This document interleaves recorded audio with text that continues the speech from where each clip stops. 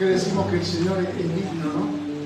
¿Cuánto ha leído el libro de Apocalipsis alguna vez? Por lo menos una vez. No se halló en el cielo, en la tierra, debajo de la tierra, nadie que sea digno de abrir el rollo y de leer las cosas que en él estaban escritas. Y Juan, que estaba en la presencia del trono de Dios, se angustió y lloró en la presencia de Dios. Y uno de los ancianos que estaban ahí le dijo: no temas, el Cordero es digno. Él es el único digno. ¿Por qué es el único digno?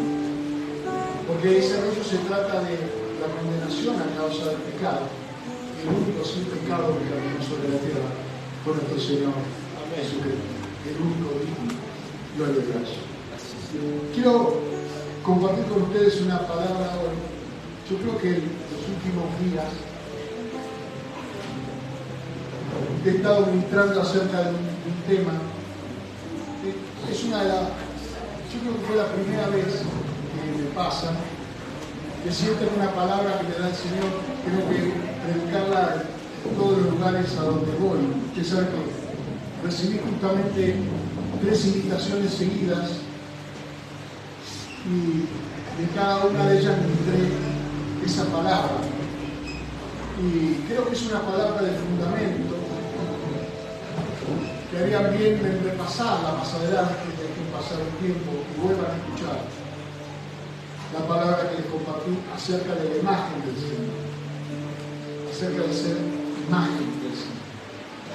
Pero la palabra que les voy a compartir hoy creo que está en un nivel de importancia equivalente, porque es algo que la mayor parte de los cristianos que navegan en el medio pelo, es decir, aquellos que son tibios, aquellos que no son ni frío ni caliente, aquellos que para algunas cosas son fieles, para otras cosas son semifieles y para otras cosas son directamente infieles. Y no comprenden la importancia de algunas cuestiones que son básicas en la palabra de Dios para poder tener una vida espiritual fuerte, una vida espiritual sana y un espíritu despierto, atento a escuchar la voz del Señor. Yo sé que por momentos algunos experimentan un despertar del espíritu, tienen un sueño, o tienen una visión, o tienen una palabra que se les hace rema, o una adoración, pero después la mayor parte del tiempo están en piloto como los californios, ¿no? Necesitando que algo abra un canal, abra la canilla para que se prenda, ¿no? Todo el mechero del fuego de Dios. Y la falta de conocimiento de este tema, que es un tema para mí importante, al punto tal que está más de 20 veces explicado en el Nuevo Testamento, todavía me siguen sorprendiendo los creyentes que te dicen: yo conozco las Escrituras, yo sé la palabra de Dios, y no entienden esto. Y como vamos a tomar la cena del Señor hoy, es importante que entienda de qué se trata la cena del Señor y de qué se trata participar. No es un ritual, es un acto de carácter profético, es un acto de fe. Al participar del pan estamos haciendo algo espiritual. En el mundo espiritual tiene un significado importante. Hay muchas cosas que la gente no le da importancia. Yo a veces me pregunto, ¿no es cierto? Le dan importancia al bautismo, ¿no? Que es meter a alguien debajo de las aguas y sacarlo como un ritual, cuando en realidad es un acto de carácter espiritual. Cambia la vida de la persona. Particularmente después de 35 años de ministerio, yo les diría que nunca vi endemoniarse a un creyente bautizado. Y sin embargo he echado demonios de personas que están 10, 12, 15, 20 años en la iglesia y no han dado el paso del bautismo. Lo mismo pasa cuando creemos en la unción de aceite, ¿no es cierto?, de la oración de fe que sanará al enfermo. Queremos eso. Estamos seguros que una oración de fe y la unción simbólica del aceite sana al enfermo, como dice Santiago capítulo 5, pero participamos de la cena del Señor desprotegido por falta de conocimiento. El pueblo, dice el Señor, muere por falta de conocimiento. Y en 1 Corintios capítulo 11, verso 29 y 30, habla acerca de la cena del Señor. Dice, porque el que come y bebe indignamente, y explica lo que significa dignamente e indignamente, donde tropiezan infinidad de creyentes. Yo he visto hermanos que no toman la cena del Señor porque no se sienten dignos, como si tener un pecado para confesar o tener una enemistad que solucionar fuera el impedimento para participar de la cena del Señor, sin entender que a continuación dice, sin discernir el cuerpo del Señor. Y luego dice, pruébese cada uno sí mismo y coma del pan y beba de la copa. No pruébese cada uno a sí mismo y desapruébese y no coma del pan y no beba de la copa, no. Sino que probarse a sí mismo significa ¿qué cosa? Ver si yo he entendido, si yo he discernido el cuerpo de Cristo. Discernir el cuerpo del Señor es lo que hace la diferencia. Dice, porque los que no dicen el cuerpo del Señor, comen juicio, beben para sí, y por esta razón, hay muchos enfermos, hay muchos debilitados, y muchos duermen. Es decir, que la vida espiritual, la salud, la fortaleza espiritual y ese despertar, ese estar presente a la cuestión espiritual, depende, según lo que explica el apóstol Pablo en 1 Corintios capítulo 11, versos 29 y 30, de discernir, de entender, de interpretar, de conocer, de saber lo que es el cuerpo del Señor. No estoy hablando del simbolismo del pan, estoy hablando del cuerpo del Señor, según lo enseñó el Señor y los apóstoles del Señor. Esa es la razón por la que algunos andan por ahí huérfanos, teniendo su propia revelación de las cosas, nómades, sin tener un lugar donde poder tener comunión, donde poder tener coyuntura, en la cual puedan crecer y fortalecerse, porque eso es lo que enseña la Biblia. Porque si no está en el cuerpo y puede vivir fuera del cuerpo, es porque es ortopédico, ¿me entienden? Algunos hermanos son como una dentadura puesta en un vaso, ¿me comprenden?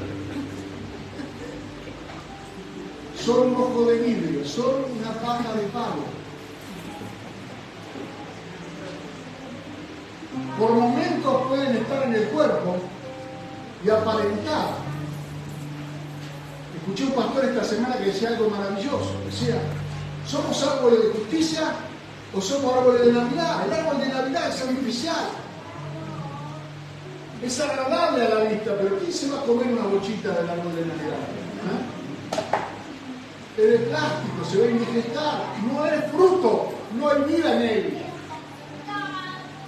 Es ornamental, lo va a ver en muchas iglesias, ahora que llega la Navidad, va a haber un árbol de Navidad. Pero la Biblia dice que nosotros somos árboles de justicia. Y habla de Jesús diciendo que Él es el árbol de la vida.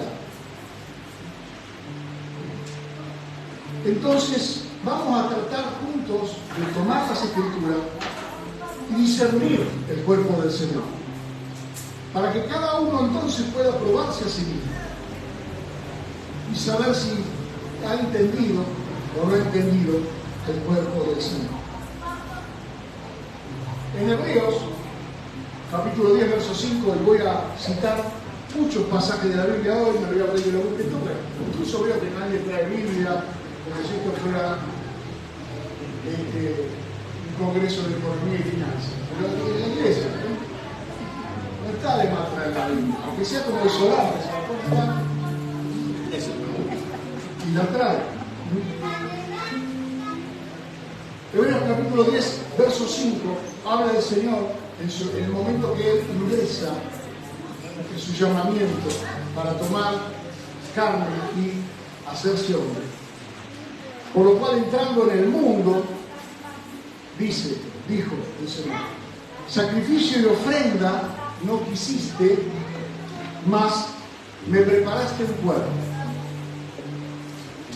¿Cómo había sido la relación de los israelitas con el Señor durante 1600 años? A través de sacrificios y ofrendas. Desde el momento en que la ley fue revelada por medio de Moisés, tuvieron el tabernáculo, después tuvieron el templo, todo de carácter simbólico, con un enorme simbolismo que no tengo tiempo hoy para poder explicarlo. Pero lo que está diciendo es que la venida de Jesucristo al mundo viene a reemplazar el ritual, viene a reemplazar ese lugar de búsqueda, de adoración, viene a reemplazar la casa de Dios por el cuerpo de Cristo. Porque han cesado los sacrificios y las ofrendas. El templo fue destruido en el año 70 después de Cristo. Pero, ¿cuál es entonces el santuario? ¿Cuál es entonces el lugar a donde debe estar el creyente? El Hijo de Dios, ¿dónde me reúno con el Señor? Aquí estaba el tabernáculo de reunión. No que Dios lo necesitara, el hombre lo necesitaba. Dios le manda a hacer ese tabernáculo a Moisés, no porque Dios necesita una tienda, una carpa, sino porque ellos necesitaban un lugar donde ofrecerle al Señor sus sacrificios, donde ofrecerle al Señor su adoración y donde tener en el santísimo lugar una respuesta por parte del Señor a su intercesión a favor de los hombres. Es el lugar donde el sacerdocio intercede a favor de los hombres. El sacerdote es una especie de delegado gremial, es un representante de los hombres como un sindicalista, pero que está pidiéndole a Dios bendición a favor de los hombres, porque Él mismo es hombre. Por eso también Él ofrecía sacrificio para sí mismo primeramente y luego para el pueblo de Dios.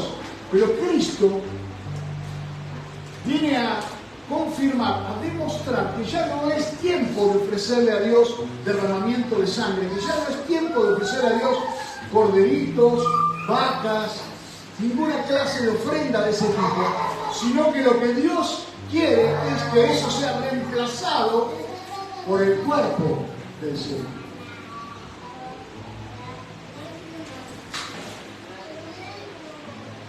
Cuando Jesús habló de su cuerpo, y fue malinterpretado porque ellos pensaban que estaba hablando del templo de Jerusalén, Él dijo: destruir este templo y en 3 días lo levantaré. Y en el verso 21 de Juan 2 dice, así hablaba del templo de su cuerpo. Era claro que Jesús identificaba su cuerpo con el templo, no con el templo construido, hecho por mano de hombre. Dios no habita, dijo el otro día un hermanito por ahí, Dios no habita en templo o en iglesia, digo, construida por los hombres. Nada que ver lo que dijo.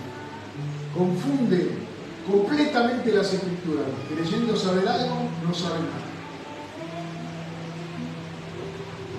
Nosotros no fuimos hechos por mano de hombre, nosotros no fuimos hechos a mano. ¿Me comprende? Pero Dios habita en el cuerpo de Cristo, que es el templo, que es la iglesia. 1 Corintios capítulo 12, verso 27. Vosotros pues sois el cuerpo de Cristo y miembros cada uno en particular. O sea que yo tengo que discernir que cuando estoy en medio de mis hermanos es cuando yo estoy en el cuerpo de Cristo. Y que cuando no estoy en el medio de mis hermanos, yo soy un hijo de Dios, Yo soy también iglesia del Señor, pero yo no estoy ocupando el lugar en el cual el Señor decidió habitar, que es el cuerpo de Cristo. Era tan importante en el plan de Dios esto, que la Biblia nos enseña que si Cristo no tuviera su iglesia, no hubiera alcanzado la plenitud.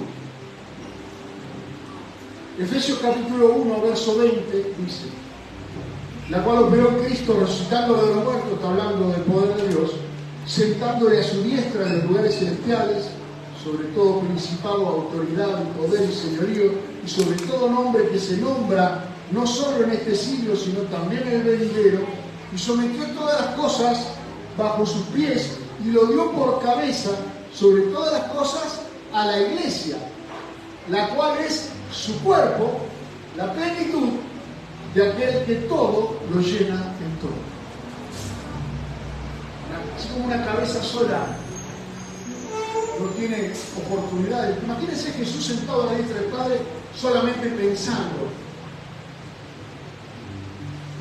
Jesús tiene su cuerpo aquí en la tierra, razón por la cual nosotros caminamos por Él, nos movemos por Él, hablamos por Él, tocamos a la persona por Él, porque somos el cuerpo de Cristo aquí en la tierra. Y cuando el Padre cumpla su promesa de poner a todos los enemigos de Jesús por estrado debajo de sus pies, siendo nosotros su cuerpo, debemos entender que son enemigos que están bajo nuestros pies. Si estamos en el cuerpo, individualmente no funciona. No hay ninguna, absolutamente ninguna promesa en la Biblia para nosotros como individuos. Todas las promesas el Padre se las hizo a Jesús, al Señor. Y estando en el cuerpo, nosotros somos los destinatarios de esas promesas cuando estamos en el cuerpo del Señor. Dios no tiene compromiso conmigo, lo tiene con Jesús. Por eso yo, estando en Él, yo entonces camino en la promesa del Señor. ¿Se entiende eso? La plenitud. ¿Cuál es su cuerpo? Solamente cuando la iglesia del Señor está unida al Señor, alcanza la plenitud. Y solamente cuando el Señor está operando a través de la iglesia, alcanza la plenitud. En Colosenses 1.8, Colosenses habla mucho de esto. 1.18 dice: Él es la cabeza del cuerpo, que es la iglesia, el que es el principio y el primogénito de entre los muertos, para que en todo tenga la preeminencia. En Colosenses capítulo 2, verso 17 dice, está hablando de las cosas del pasado, dice: todo lo cual es sombra de lo que ha de venir, pero el cuerpo es de Cristo. En Colosenses 3.15, el apóstol Pablo manda una salutación a la iglesia y le dice: y la paz de Dios gobierna en vuestros corazones, a la que asimismo fuisteis llamados en un solo cuerpo. Vamos despacito. Fuera del cuerpo no hay paz de Dios. La paz de Dios gobierna vuestros corazones, a la que asimismo fuisteis llamados en un solo cuerpo, y será agradecido. Por eso yo veo creyentes que no tienen paz, porque no tienen comunión con sus hermanos. Personas que se debilitan en la fe porque no disciernen el cuerpo, que se enferman, pero que se enferman no estoy hablando de que se resfrían, porque eso le puede pasar a cualquiera. Estoy hablando de que se enferman espiritualmente, entran en depresión, entran en desesperación, entran en angustia, empiezan a juntar amargura en su corazón, tienen rencor, odian, hacen acepción de personas, manifiestan toda clase de cosas que no tienen nada que ver con el carácter de nuestro Señor, con la imagen, como hemos hablado en las semanas anteriores. Fíjense que esto ha sido el plan de Dios desde el principio. En Génesis capítulo 2 encontramos que Dios dice: no es bueno que el hombre esté solo. ¿Qué piensa que solamente lo dijo en función de Adán? ¿O él no sabía desde antes de la fundación del mundo que Cristo iba a tomar carne y se iba a hacer hombre por nosotros y que no era bueno que estuviera solo? Y dice: Jehová Dios hizo caer en un sueño profundo a Adán, y mientras éste dormía, tomó una de sus costillas, cerró la carne en su lugar. Todos piensan que esto es una cosa retórica. Y de la costilla que Jehová Dios tomó del hombre, hizo una mujer y la trajo al hombre. Y dijo entonces Adán: esta es ahora hueso de mis huesos y carne de mi carne. Esta será llamada varona, porque del varón fue tomado. Por tanto, hermano creyente, dejará el hombre a su padre y a su madre, lo que Jesús hizo. Dejó a su padre, descendió a la tierra y se unirá a su mujer, y los dos serán una sola carne. Grande es este misterio, dice Pablo. Mas yo digo esto respecto de Cristo y de la iglesia.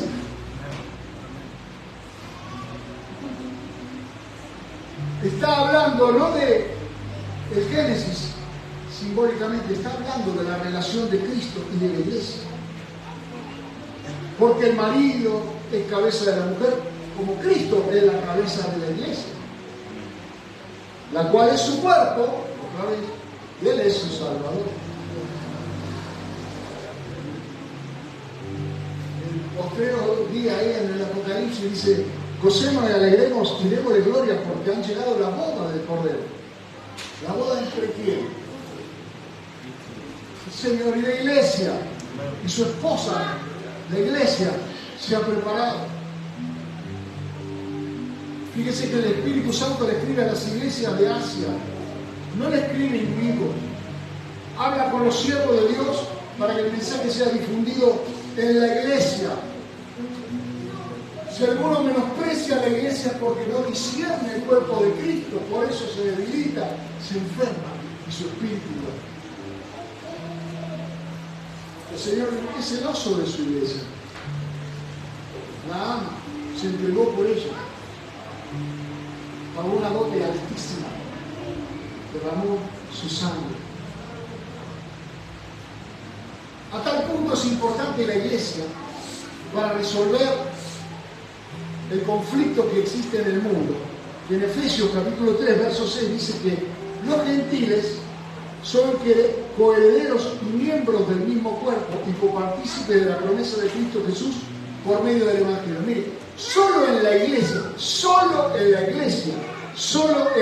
no se confundan, como muchos que están con el tema de las raíces hebreas, estas cuestiones tienen una confusión, hermano, terrible. Solo en la iglesia del Señor, gentiles y judíos son lo mismo. Fuera de la iglesia del Señor, los judíos son judíos y los gentiles son gentiles. Solo en el cuerpo ha caído la barrera de separación. Es un misterio para los judíos. El Señor vino a morir no solamente por ellos, como estaba anunciado el Mesías, sino también para la redención de los gentiles.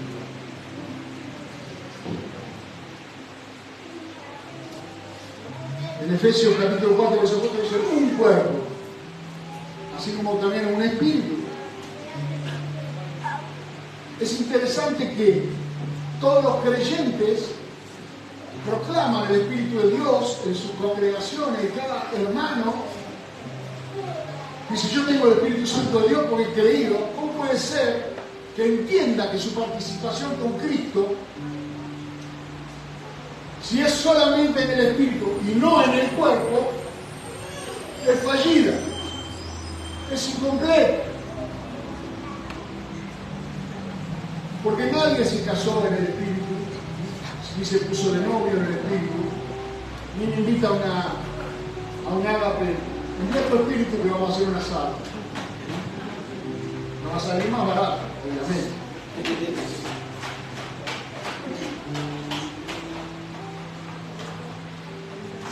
Primera de Pedro, capítulo 2, verso 24, dice: quien llevó él mismo nuestros pecados en su cuerpo sobre el madero, para que nosotros, estando muertos a los pecados, vivamos a la justicia, y por cuya herida fuimos sanados. Esto es revelación, hermano, entiéndalo. Cuando nosotros proclamamos que por la llaga de Cristo fuimos sanados, estamos hablando para los que están en el cuerpo. Porque si usted no está en el cuerpo, no está en la salida. No hay reclamo por parte del Señor para el que no está en el cuerpo. El Señor está sentado a la diestra del Padre, reclamando los derechos adquiridos por su cuerpo. Al haber sufrido, al haber derramado su sangre, al ser atravesado por una lanza, en su cuerpo, Él tiene derecho a reclamar sanidad. Pero para aquellos que no están en el cuerpo, no pueden proclamar que por la herida del Señor hemos sido nosotros sanados, porque no están. Razón por la cual algunos se sanan y otros no. Porque no han discernido el cuerpo del Señor. En Romanos capítulo 7, verso 4 dice: así también vosotros, hermanos míos, habéis muerto a la ley mediante el cuerpo de Cristo. La ley no tiene efecto sobre los que están en el cuerpo, porque el cuerpo de Cristo ya padeció la condenación de la ley. Ya el juicio cayó sobre el cuerpo del Señor y Él vino a cumplir. Ni una letra ni un acento de lo que decía la ley no fue cumplido por Jesús.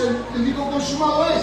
Por tanto, cuando estoy en el cuerpo, la ley no tiene ningún efecto sobre mí. Pero cuando estoy fuera del cuerpo, me someto al juicio de la ley.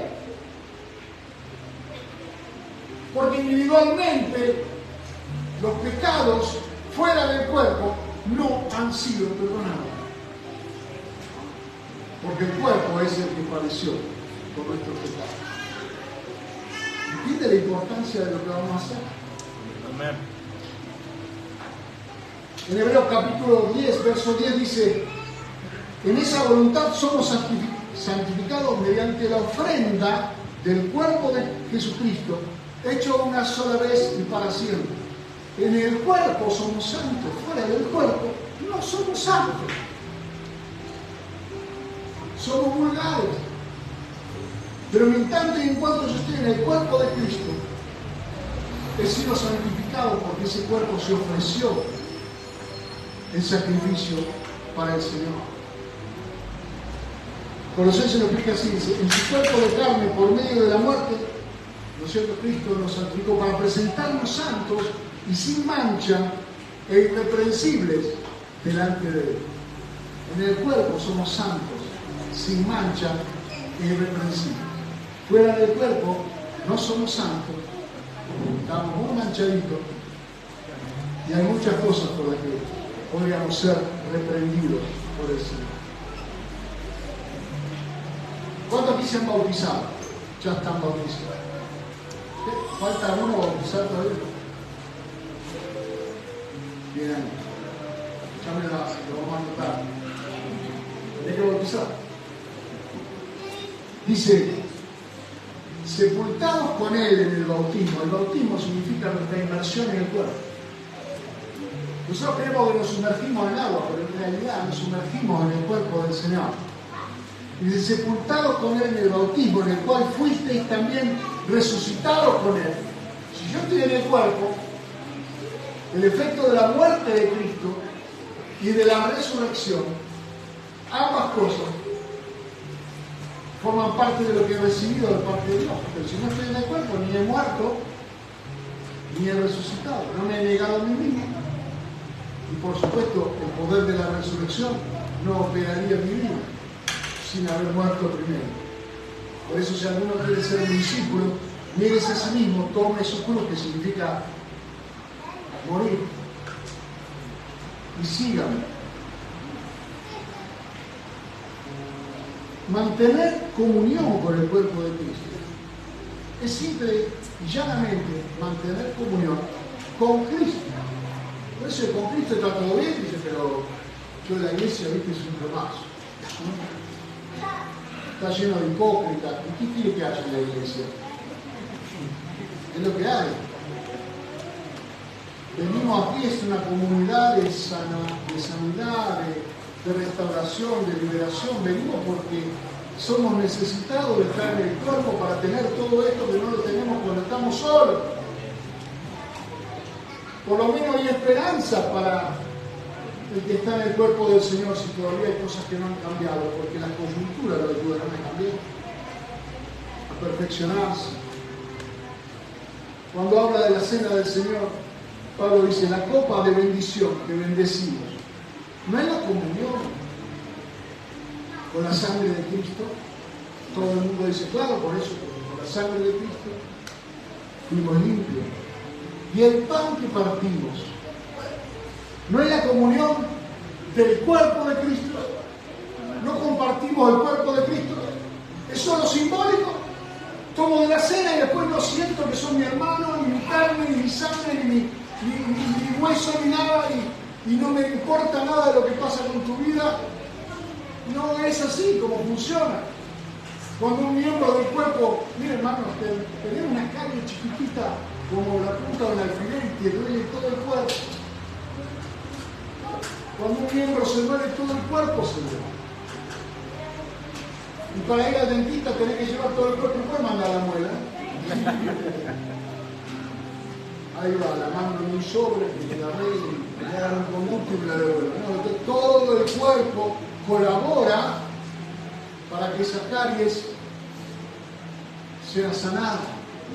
Cuando hay alguien que está pasándola mal, cuando hay un hermano que está en una necesidad, todo el cuerpo ora por él, interviene por él. Nos reunimos para dar a esa persona la sanidad que necesita, para no boicotearle su sanidad. Imagínense que usted dice, voy al dentista a arreglar una muela y el ojo derecho dice, pero yo no voy. Andá mirando así por todo, porque a mí no me duele la muela. Yo soy un ojo. Eso pasa en la iglesia. Yo la necesito, ando bien. En su sangre, cuando participamos de la copa, estamos recordando el pacto que tenemos con la cabeza. Pero cuando participamos del pan, estamos ratificando un pacto que tenemos entre nosotros, de colaboración, de amistad, de solidaridad, de compañerismo. Por eso partimos el pan. Algunos dicen, sí, pero yo creo que Dios me está llamando para hacer algo, pero no tengo, el pastor no tengo muy bien claro. Después aparece 6 meses y vuelve. No sé que tuve un sueño, oré, pero yo sé que me parece que Dios me está dando, pero la verdad que no tengo claro que Dios me... Hermano, así nosotros siendo muchos, dice Romanos capítulo 12, verso 5, somos un cuerpo en Cristo y todos miembros los unos de los otros.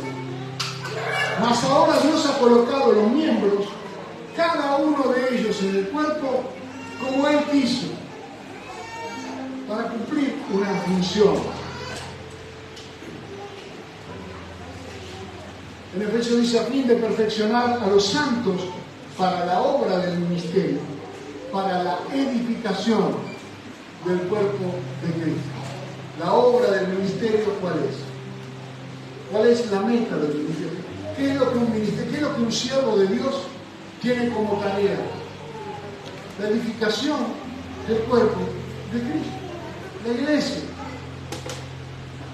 Si no estamos trabajando para la edificación del cuerpo de Cristo, estamos trabajando para alguna cuestión personal, egoísta.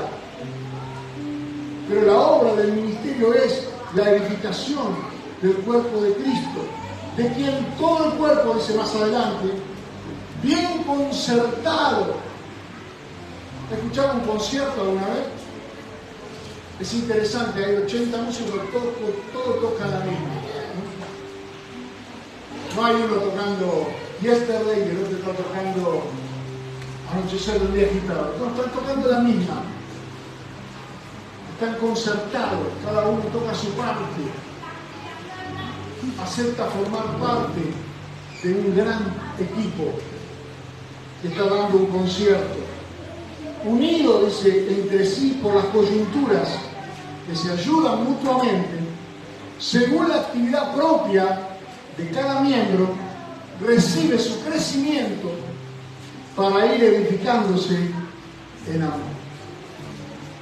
Sin la coyuntura, sin la existencia del cuerpo, no hay crecimiento. No hay crecimiento en soledad, no hay crecimiento en aislación. Hay crecimiento cuando formamos un cuerpo y colaboramos los unos con el crecimiento de los otros.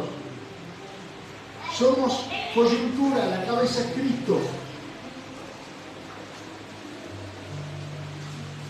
¿Qué pasa? Algunos dicen, no haciéndose de la cabeza, en virtud de que en todo el cuerpo, nutriéndose y uniéndose por la coyuntura del ligamento, crece con el crecimiento que da Dios. Colosenses 2:19. Mire, yo ya le debo haber citado no menos de 25 escrituras diferentes, y todavía me quedan 12. ¿Qué pasa con los hermanos que meten cizaña? Más allá de que en Proverbios dice que hay 6 cosas que Dios no aborrece, y una de las que Dios aborrece es el que siembra discordia entre hermanos. ¿Sabes qué? La discordia, corazones que no funcionan juntos. La concordia son corazones que laten juntos. La discordia son corazones que laten a distinto ritmo. Y dice que Dios aborrece al que siembra discordia entre hermanos. Pero aquí dice algo más grave. Dice, guardaos de los perros, guardaos de los malos obreros, guardaos de los mutiladores del cuerpo. Mutiladores del cuerpo, el que genera una división. El que le llena la cabeza a un hermano para que se aparte de la iglesia. El que le da cuerda para que le da, pero Dios está a todo lado. Sí, claro que Dios está a todo lado. Pero atienden el cuerpo. Porque Él quiso, no porque nosotros. Porque Él quiso que todo sea a través de Cristo, para que Él tenga la preeminencia en todas las cosas. Y ahora una palabra de esperanza para terminar.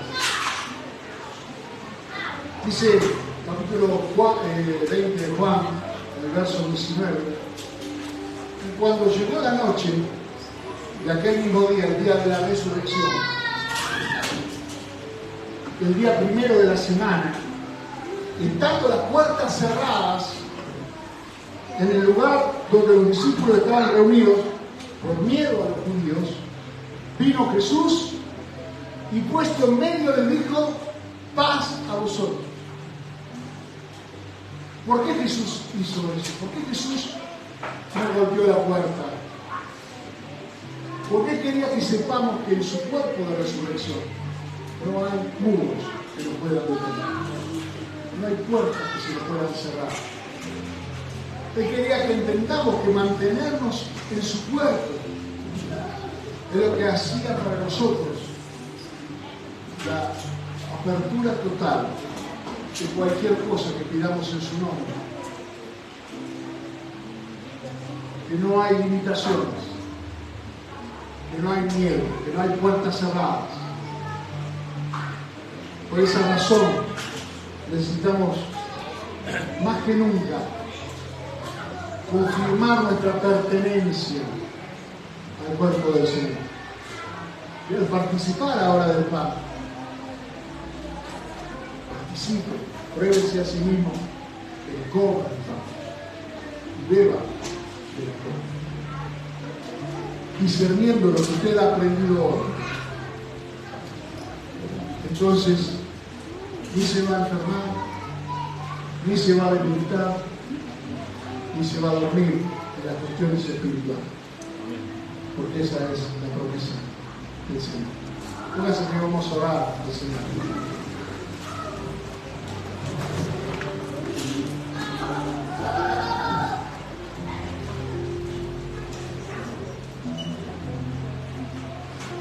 No sé si todos los pasajes que mencioné se lo va a acordar. Yo después le voy a compartir el bosquejo. Pero si usted no entendió hoy lo que es estar en el cuerpo de Cristo, me frustraría enormemente. Y ya sabe usted qué contestarle para aquellos nómadas que andan por ahí.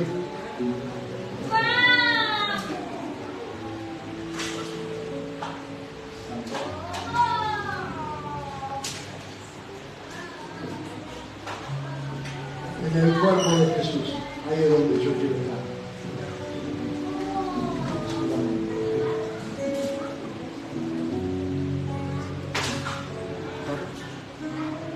Adore al Señor, adore al Señor.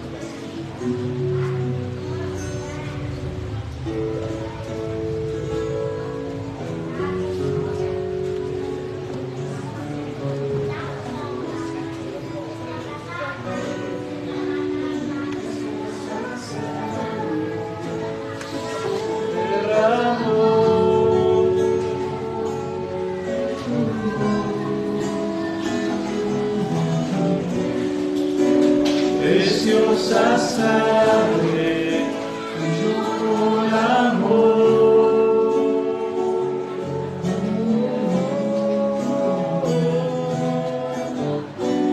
Sobre tierno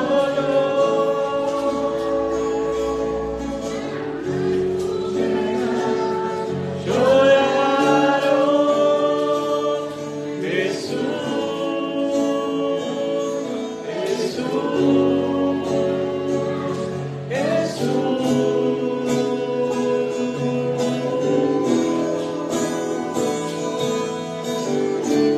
Hay poder en la sangre. Qué interesante que hay poder en el cuerpo. Que fluyó por amor. Poder de mantenerte fuerte, Hay sano poder y en la despierto. sangre que derramó. Sí, Señor, te damos gloria a ti, Señor, todas las cosas. Preciosa sangre purificó. Aleluya. Te bendecimos, Jesús. Hay poder en la sangre que fluyó por amor. Hay poder en la sangre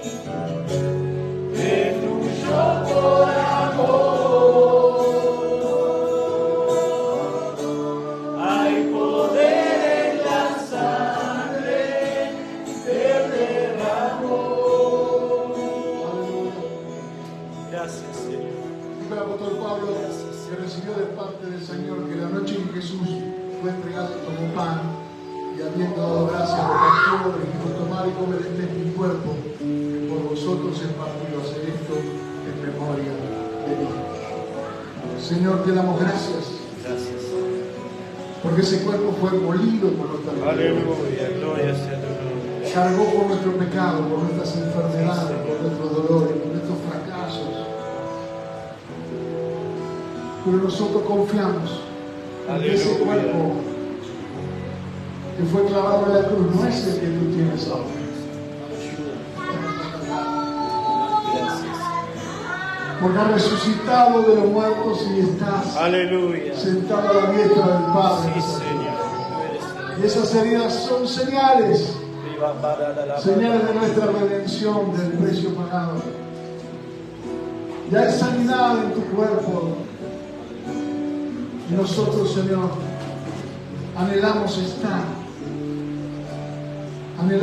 comunión contigo. Gracias, Señor. Participando, Señor. Gracias. Gracias. Siendo carne de tu carne y hueso de tu hueso. Honrando a cada hermano como mayor, como mejor que nosotros. Aleluya. Sabiendo de nuestra necesidad de comunión. Podemos participar dignamente. En el nombre de Jesús participe en este pan.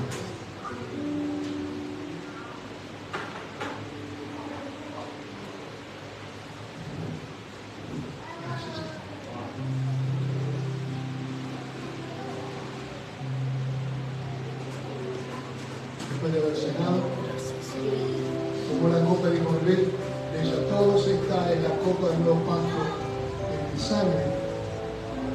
Haced esto en memoria de mí. Por eso todas las veces que comieres este pan y bebieres esta copa, la muerte del Señor anunciada se dice en el reino. Amén. Señor, te damos gracias Gracias, Señor. porque no termina Aleluya. con tu muerte, Aleluya. sino con tu regreso. Sí, Señor. Gloria Esa sea sangre tu fue nombre. derramada en nuestro favor, Gracias, Jesús. consumando nuestra Gracias, salvación, Señor. el perdón de nuestros pecados, Gracias. la vida abundante y eterna. Aleluya. Y esta sangre todavía tiene poder para limpiarnos de todo. Sí, Señor. Simbólicamente, emblemáticamente participamos, Señor, con esta copa, en memoria tuya, Sí, Señor. de tu amor, de tu santidad, de tu poder, de tu sufrimiento por nosotros. Y en memoria de que volverás Sí, Señor. Aleluya. y que de un momento a otro Gracias. oiremos, Señor, la trompeta de Dios, Aleluya. la voz de arcángel por la que seremos llamados. Sí, Señor. Y por eso en el nombre de Jesús participamos en el pan.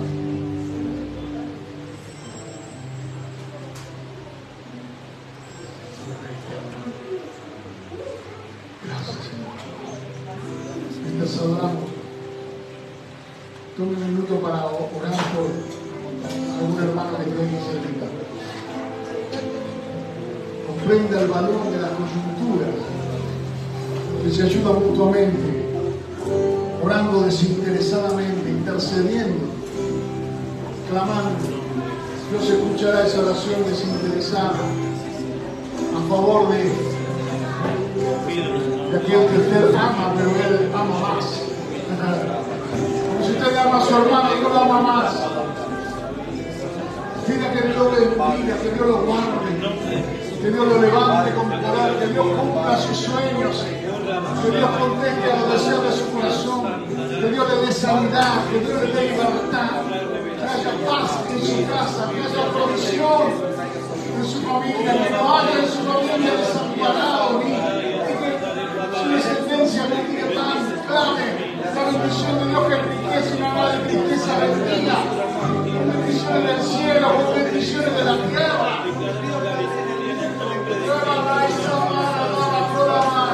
Cancelamos toda maldición en el nombre de Jesús y declaramos bendición. Sé bendecido, sé bendecida.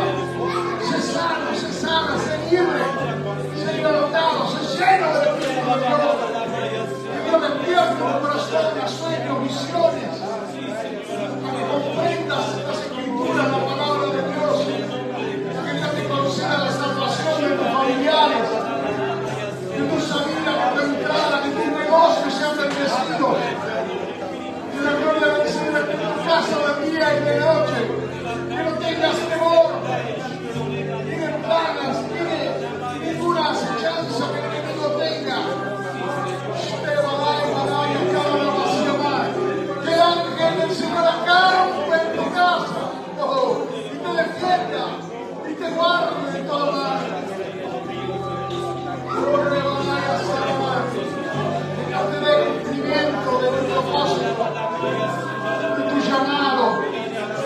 Que la gracia del Señor te ahonde en tu corazón y en tus palabras.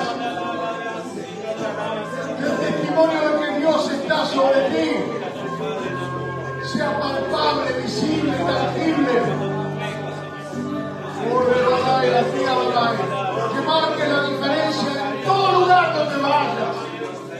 El Señor estará contigo. Aleluya. Que Él active dones sobre tu vida. Diga palabras de ciencia, palabras de sabiduría. Puedas declarar palabras proféticas sobre los que amas. Puedas obrar con autoridad y con poder. Que Dios unja tus manos para que las pongas sobre los enfermos y sean sanados. Que Dios unja tu lengua para que hables en lenguas angélicas, humanas, y amores, en espíritu y en verdad. Que Dios te inspire. Se despierte contigo, duerma contigo, camina contigo.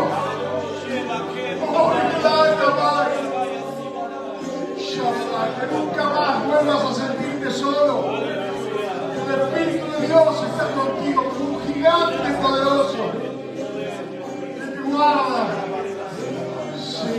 que te cubre, que te rodea. Que tus oraciones sean escuchadas, que tus ofrendas sean recompensadas. Te amamos, por la base, que te deleites en el fruto de tus manos. Y digas, estas son las obras que hace el Señor.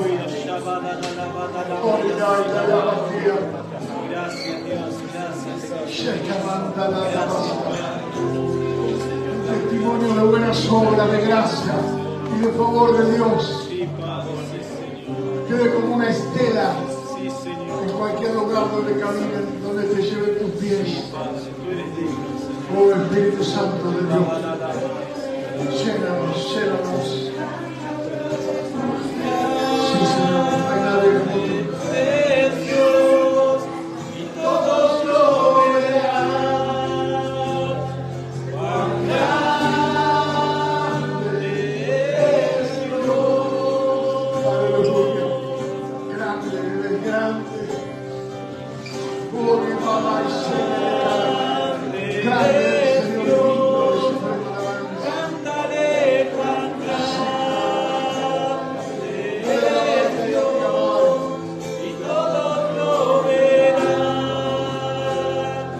Cuán grande es Dios. Sobre todo. Su nombre sobre todo es. Eres digno de alabar.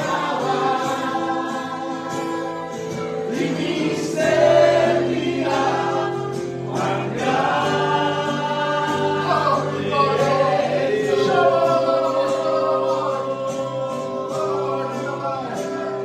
su nombre sobre todo es.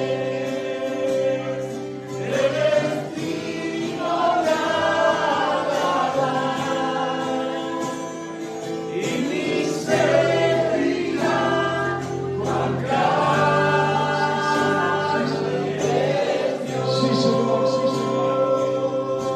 Oh, de verdad. La maya shivare, la maya suga, la maya sudara. Sí, Señor. Oh, la maya shiva, kenda, la sudara, la maya. Dios soberano, Dios soberano. Shivare, la maya, la maya sudara, sí, Señor. Oh, Rey de gloria, shiva, Padre, kenda, que terminemos el tiempo de bendición. sí, Señor. Y más allá de lo que los hombres han Bendito sea decidido, tu nombre, Shira de tú estás sentado en tu trono, reinando sobre todo principado, sobre toda potestad, y nosotros te rendimos honor a ti. Gloria Tú gobiernas nuestra vida, tú gobiernas nuestra suerte. Y preciosa es la heredad que nos ha tocado. Aleluya.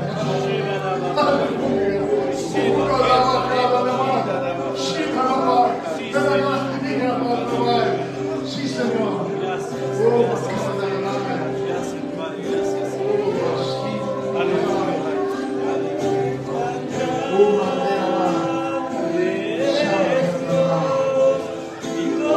Sí, Señor.